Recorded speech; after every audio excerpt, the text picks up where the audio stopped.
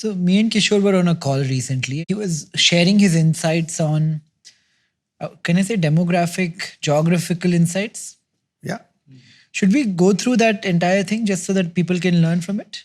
No, I was presenting something which was saying that that 30 million, 3 crore households in this country are basically contributing to 60% of India's consumption. And I was talking about value-added consumption and in terms of value. And within that 3 crore or 30 million families, there is a Singapore, which is, let's say, 60 lakh people. They are exactly consuming like that. They are behaving like that. Then there is a Poland, which is another 2.5, 3 crore people. Interesting. Very similar GDP, similar per capita. And then there is Mexico, which is around 7-8 crore people. You want to talk about India 1, India 2, the distinction? No, that theory we did speak about last time also.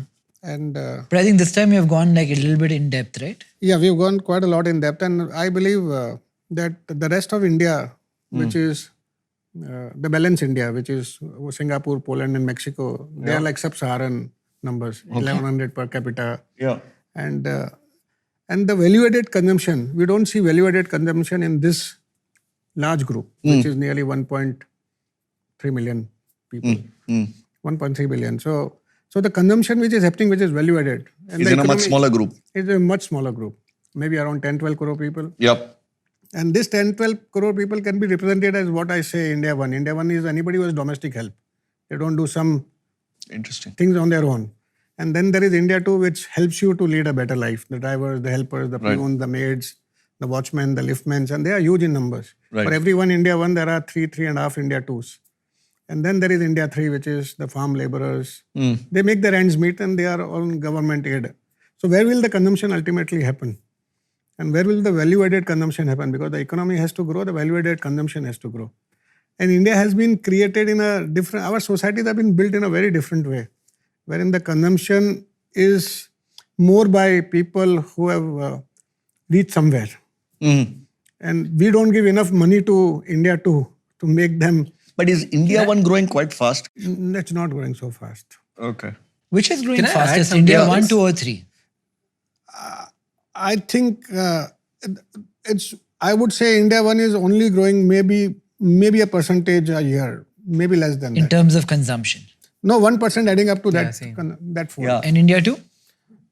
India 2 is growing because India 3 people coming to India 2 is always, they're the larger chunk in any case. So you're saying the middle class is getting bigger?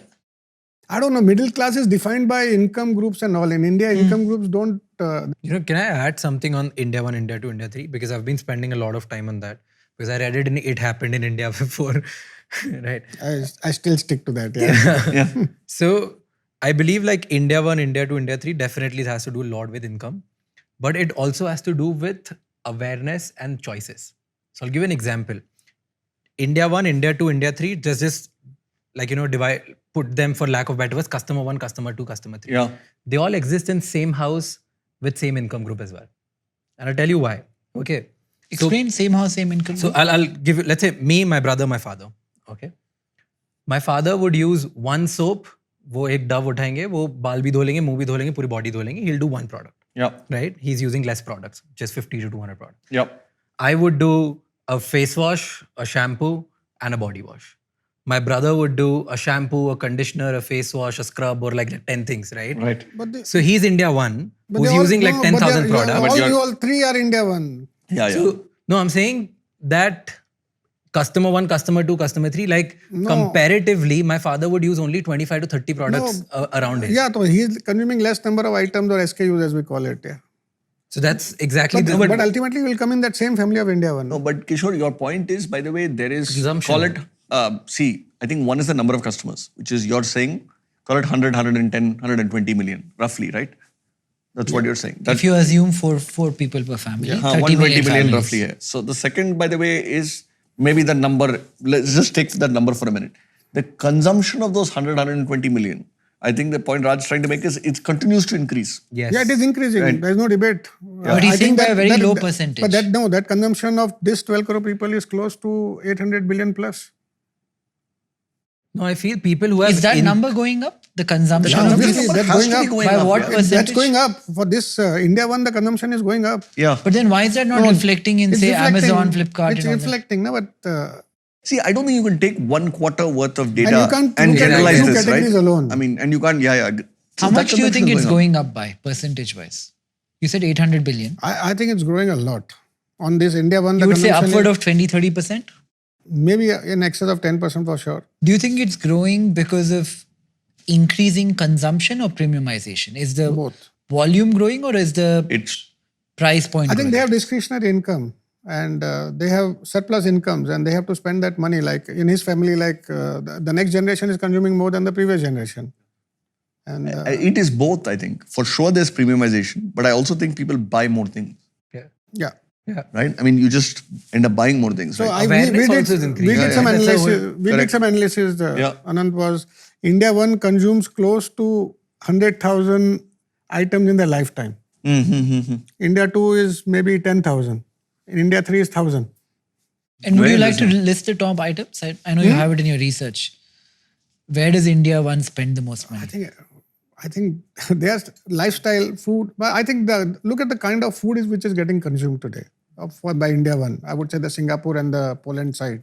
I think they have premiumized to a great extent, from asparagus to avocados to health food. Everybody is consuming. Every family member is consuming a different kind of breakfast and different kind of food. I think going out again by India one, which is Poland and Singapore, is significant. Even Mexico, in a way. So how would you categorize the income ranges of Singapore, Poland, and all? Singapore would be, I would say, more than a family household income of 30-40 lakhs plus. And what percentage of... That will be a small percent. I would say, no, this will be around 60 lakh plus. Yeah. And I mean, Singapore income will be closer to 120K. I mean, USD. So it's you're closer to like a 90 lakhs. 90 lakhs to a crore. But and the Poland would be in excess of 20-25 lakhs. And Mexico would be much little lesser than yes, that. yes. Maybe around 12 lakhs. 12, And 15. that majority range. of India one is in Mexico, right? Majority is in Mexico, around 8 crores. Another research which we found out was the total packaged good consumption in India, FMCG packaged good in value terms, is 70% of excess is by this India one. Beauty close to 85%. Yeah. And eating out in restaurants close to 78%. So it's significant in high 50s, 60s. Fruits, 65-70%. Yeah, yeah. But I would say going back to, you're talking about brand building, right? I mean, 120 million is still a very large number, A huge number. right? Still. But I'm guessing for anyone planning to build a brand 0 to 1 has to focus on that 120 million. Yeah. I think has to focus on a much narrower piece. Wherever you want a margin of more than 40 to 60%. Correct. I've now met some 800, 900 of these founders, right? 832, I think is the exact number. But I think there's a clear pattern on what works and what doesn't work for the first 20 crores of Are starting. there any other insights here? Like out of this 120 million, how many of them prefer paying through UPI, credit card, cash? What percentage may be online versus offline? This 100 million will all be online. Also online. I think my sense is, by the way, they may not do all their purchases online, but they will 100% be online. They would have experienced online definitely. They would have experience online definitely. So they have a credit card or UPI? 100% would be by sense. More likely UPI than credit UPI card. more than Everything. credit. Credit card also 3 crore users, 3.5 crore users in this country. So they will all come here. And are these users, this 120, concentrated in between the metropolitan cities? Oh no. I would say the top 100 cities Yeah. significantly. But top 100, right? Top not 100. metro. I mean, Not it's metro. like very Top large 100. as a spread. How much do you think will be in the metros? Because I'm trying The to top, think of someone would building. be 60% plus. So if you open 10 stores, have an online thing, distribution in 10 cities, you cater to 60% of the 120 million? Yeah. For the value-added consumption, Explain. wherein the margins are higher. Explain what is value Value-added is how much value you are adding. If you are buying a product or making a product at 1 rupee, at what multiple you are selling it? It has to be in excess of 3 times. And that value add cost by to virtue of MRP, creating a brand. Yeah, then you are creating a brand. By the way, one slight thing on the same topic, I think it was quite interesting for me. If you take the top 100 cities, at least in the e-commerce world, the outside metro cities, I don't know the exact split, is growing much, much faster. But it will be growing. But you have to see the value of the merchandise which you are selling.